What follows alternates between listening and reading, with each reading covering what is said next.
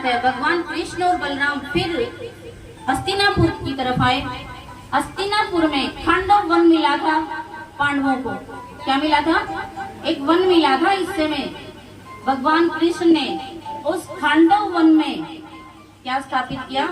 एक सुधर्मा नाम की सभा का निर्माण करवाया अर्जुन के द्वारा, और कहा कि इस खांडव वन में जितनी भी अग्नि के भोजन की सामग्री है, वन में तो अग्नि के लिए ही खाने के लिए हुआ, तो अग्नि को समर्पित कर दो।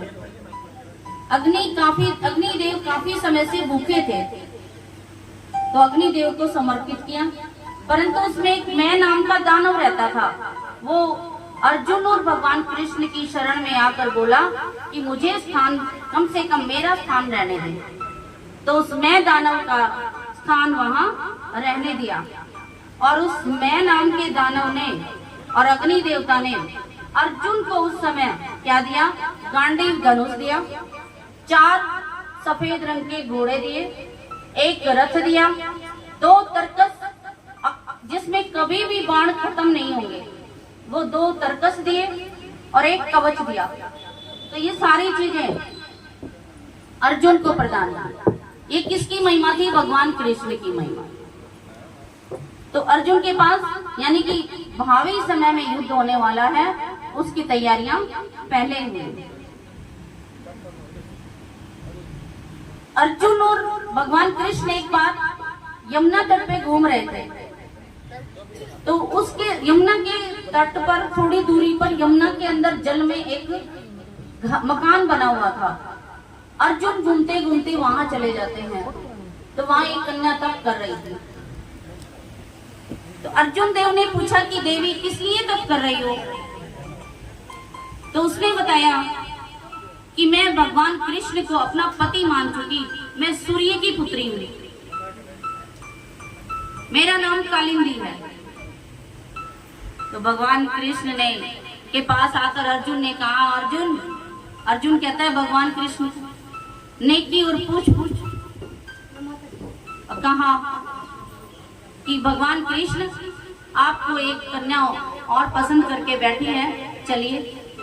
तो भगवान कृष्ण कालिंदी के पास आते हैं, और कालिंदी को सूर्य देव से प्राप्त करके हस्तिनापुर में ले आते हैं।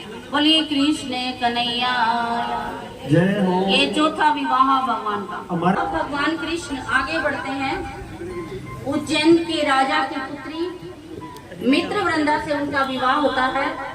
दुर्योधन गया हुआ था वहां विवाह के लिए, परंतु अर्जुन ने कहा कि शुभ काम में देरी मत करो, मित्रवृंदा तुम्हें चाहते हैं, लेकर के इसे चले जाओ। बोलिए कृष्ण कन्हैया सांवरिया सत्ता। इसी तरह कौशल नरेश हुए हैं नग्नजित नाम के।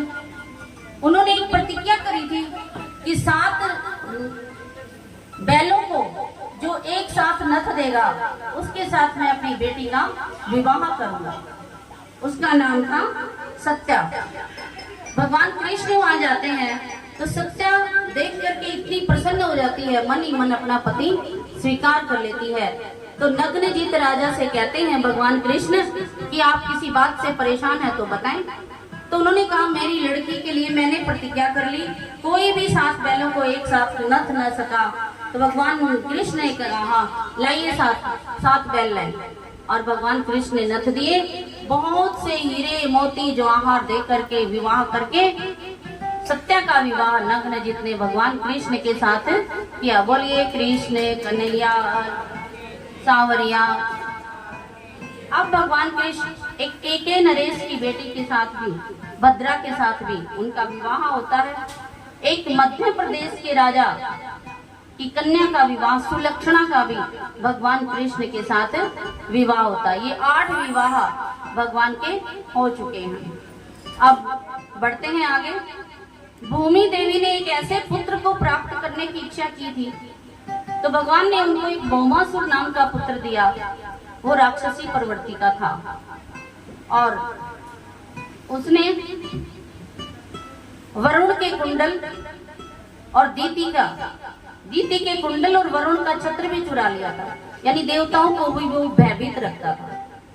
तो एक दिन भगवान कृष्ण ने सत्यभामा से कहा कि सत्यभामा चलो घूमते हुए और भौमासुर के यहाँ होते हुए चलते हैं। तो भौमासुर के यहाँ जब भगवान कृष्ण जाते हैं तो सबसे पहले एक मूर नाम का राक्षस था, उसके 5 मुंह थे और भगवान ने उसको अपने धाम में पहुंचाया। तब से भगवान का नाम मुरारी पड़ा।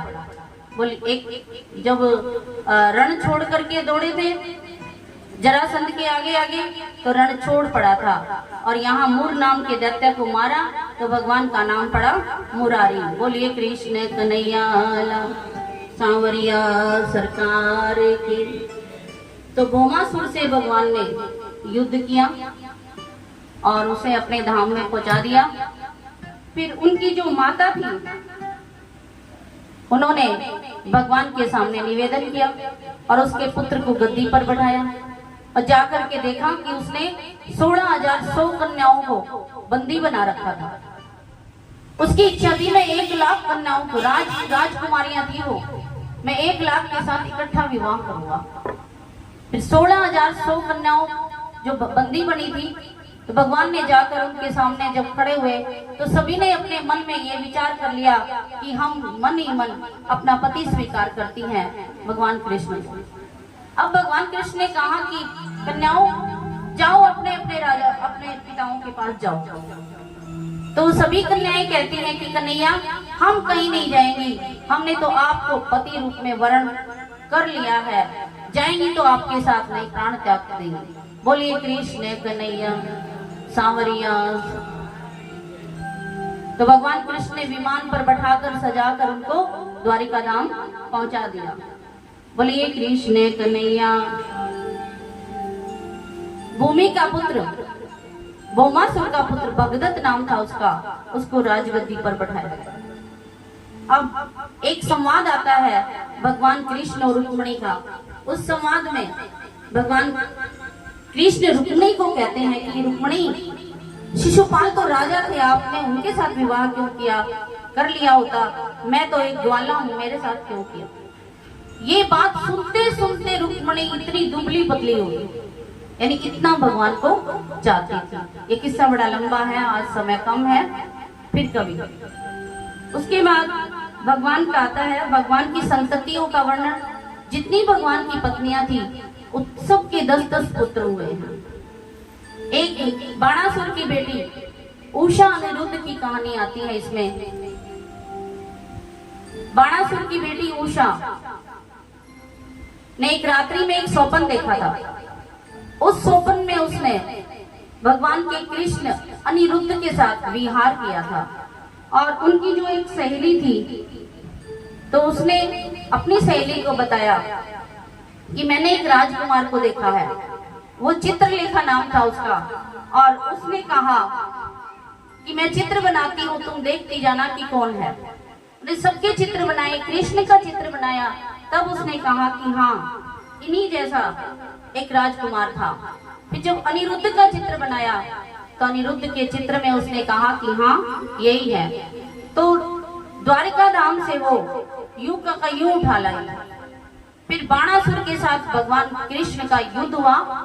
भगवान ने उसके सारे बाणासुर को 1000 हाथ मिले, हजारों हाथों से भगवान शिव को उसने प्रसन्न कर लिया था और हजारों हाथों से डमरू बजाया था। भगवान शिव प्रसन्न हो गए थे और भगवान शिव से उसने ये वरदान ले लिया था कि क्या, कि तुम्हें मारने वाला कोई नहीं है, लेकिन जब तेरी ध्वजा टेढ़ी हो जाए तब ये विचार कर लेना कि तुझे मारने वाला आ गया है। बाणासुर राजा बलि के कुल में उत्पन्न हुआ था। प्रहलाद की भक्ति के कारण भगवान ने ये वरदान दे रखा था कि तुम्हारे कुल के किसी भी राजा को मैं मारूंगा नहीं। इसलिए बाणासुर को मारा नहीं, उसके सारे हाथ काट दिए, लेकिन 2 हाथ उसके छोड़ दिए। बोले कृष्ण कन्हैया सांवरिया। एक नरक राजा की कथा आती है और मुख्य कथाओं में एक द्विज राजा का संहार आता है और देवर्षि नारद द्वारा भगवान की दिनचर्या का निरीक्षण आता है और फिर जरासंध के वध का वर्णन आता है। जरासंध का वध करने के लिए भगवान कृष्ण अर्जुन और भीम तीनों जाते हैं एक ब्राह्मण के वेश में और जरासंध से पहले ही पूछते हैं कि हम जो मांगेंगे वो आप देंगे। तो जरासंध ने कहा था कि तुम देखने में ब्राह्मण लगते हो, लेकिन तुम्हारे बाजूबंद और ये देखकर ऐसा लगता है कि तुम क्या है, क्षत्रिय हैं। तो उन्होंने कहा हम युद्ध की भिक्षा मांगते हैं, मैं कृष्ण हूं, ये अर्जुन है, ये भीम है। तो जरासंध ने कहा कृष्ण से तो मैं युद्ध करूंगा नहीं। क्यों? क्योंकि ये तो रण छोड़ के पहले ही भाग गया। अर्जुन मेरे से छोटा है, भीम आ जाए बराबर। तो भीम ने मल्ल युद्ध के द्वारा, गदा युद्ध के द्वारा क्या किया था, युद्ध किया था और भीम भी हार चुका था जरासंध से। तब भगवान ने कहा कि मैं इशारा दूंगा वैसे ही करना। तो जरासंध के साथ जब भीम युद्ध कर रहा था तो भगवान ने कहा इसको ऐसे फाड़ दो, तिनका फाड़ा। तो उसने ऐसे किया, ऐसे फाड़ा, वो आके फिर चिप जाते। तब भगवान कृष्ण ने इशारा दिया कि इसको ऐसे फेंक दे, तो उल्टा करके फेंक दिया उसको और वो जुड़ा नहीं, क्योंकि ये जरा नाम की राक्षसी के द्वारा इसका संग इसको जोड़ा हुआ था। भगवान को इसका पता था, पता तो पहले भी था जब मारा नहीं, लेकिन जब समय आएगा तभी मार।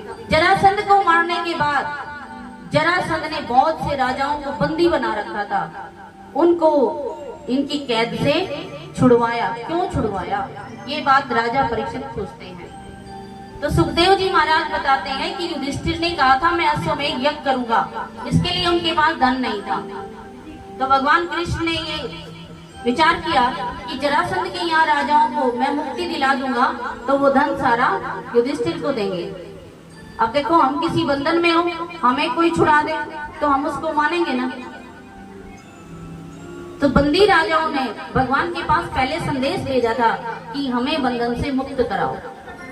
तो जब उनको खोला गया, बाहर निकाला गया, मैले कुचले कपड़े, ना खाना खा रखा, ना बुरा हाल उनका, सब राजाओं को अपने अपने ठिकाने पहुंचाया और एक राजसूय यज्ञ करने के लिए सब इकट्ठे होते हैं। उस समय सबने ये कहा कि प्रथम पूजा किसकी हो, सबसे पहली पूजा किसकी की जाए। तो जरासंध का पुत्र सहदेव था, उसने ही कहा था कि प्रथम पूजा भगवान कृष्ण की हो। सभी चाहते थे पांडव को इस बात को, तो सबसे पहली पूजा भगवान कृष्ण की गई। इससे शिशुपाल को बड़ा कष्ट हुआ, बोला ये कैसा, इतने बड़े बड़े गुरु बैठे हैं, इसकी प्रथम पूजा हो, ये ठहरा ग्वाला, ये है ही क्या। भगवान कृष्ण ने कहा कि मैंने 100 पाप माफ किए, मैंने 100 बार तुझे माफ किया, अब की बार तू माफ करने के लायक नहीं है। तेरे 103 बार तेरे पाप इकट्ठे हो गए हैं और अपना सुदर्शन चक्र बड़ी सभा में छोड़ा और उसकी गर्दन कट गई। बोलिए कृष्ण कन्हैया सांवरिया सरकार। अब भगवान के अवतारों की कथा, सनत सनंदन सनत कुमार के रूप में भगवान ने अवतार लिया ब्रह्मचर्य व्रत की स्थापना करने के लिए। वराह के रूप में, याद करिए क्या क्या बताया था कथा में, वराह के रूप में भगवान ने अवतार लिया, हिरण्याक्ष का वध किया था। नरसिंह भगवान के रूप में अवतार लिया तो भगवान ने हिरण्याकश्यप का वध किया था। और मत्स्य के रूप में अवतार लिया।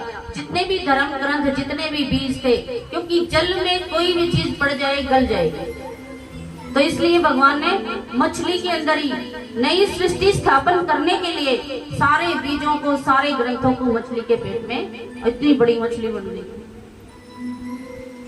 एक पहाड़ से भी बड़ी, सबको अगले मनवंतर के लिए रखा था, मत्स्य अवतार। इसी तरह भगवान ने कपिल मुनि का अवतार लिया सांख्य शास्त्र की शिक्षा देने के लिए। यज्ञ रूप के रूप में अवतार लिया, नर नारायण के रूप में अवतार लिया, राम के रूप में अवतार लिया, कृष्ण के रूप में अवतार लिया, बलराम के रूप में अवतार लिया। अनेकों अवतारों का वर्णन भगवान का इस कथा में आपको सुनाया गया है। और एक अजामिल की कथा आपने उस भाई के द्वारा सुन ली थी। वही अजामिल की कथा है कि यदि अपने बेटे का नाम राम कृष्ण नारायण श्याम रखेंगे तो हमें उनकी स्मृति क्या रहेगी, बनी रहेगी भगवान की। और भगवान को चाहे हम धोखा ही देते हैं परंतु अपने बच्चों को बुलाते हैं, परंतु नाम तो फिर भी हम उसी का लेते हैं। बोलिए कृष्ण कन्हैया सांवरिया सरकार। Please like and share.